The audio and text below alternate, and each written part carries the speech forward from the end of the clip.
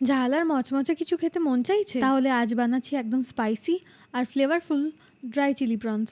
কম সময় ও সহজ উপায়ে তৈরি এই রেসিপি সন্ধ্যার স্ন্যাক্স বা স্টার্টারের জন্য একদম পারফেক্ট। চলুন দেখে নেওয়া যাক কিভাবে বানাবো এই দারুণ রেসিপিটা। সবার আগে একটা মিক্সচার বাটিতে ধনেপাতা, রসুন, আদা, কাঁচা লঙ্কার একদম অল্প জল দিয়ে পেস্ট করে নিচ্ছি। আমার কাছে অলরেডি বাটা ছিল, তোমরা গোটা গোটাও আদা রসুন দিতে পারো। চিংড়ি মাছ ধুয়ে নিয়ে এতে পেস্টটা দেবো। এর সাথে নুন, লেবুর রস, গোলমরিচ গুঁড়ো, সয়া সস, একটা ডিম, বেসন, কর্নফ্লাওয়ার আর ময়দা দিয়ে ভালো করে মেখে নিচ্ছি। রিফাইন তেলে একটা একটা মাছ ক্রিস্পি করে ভেজে নেব।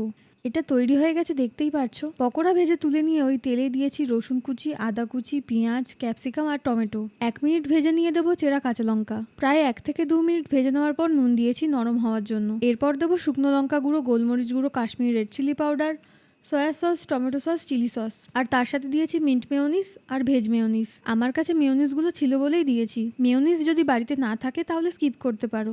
এইগুলো দেওয়ার পর 3 থেকে 4 মিনিট ধরে মিক্স করছি।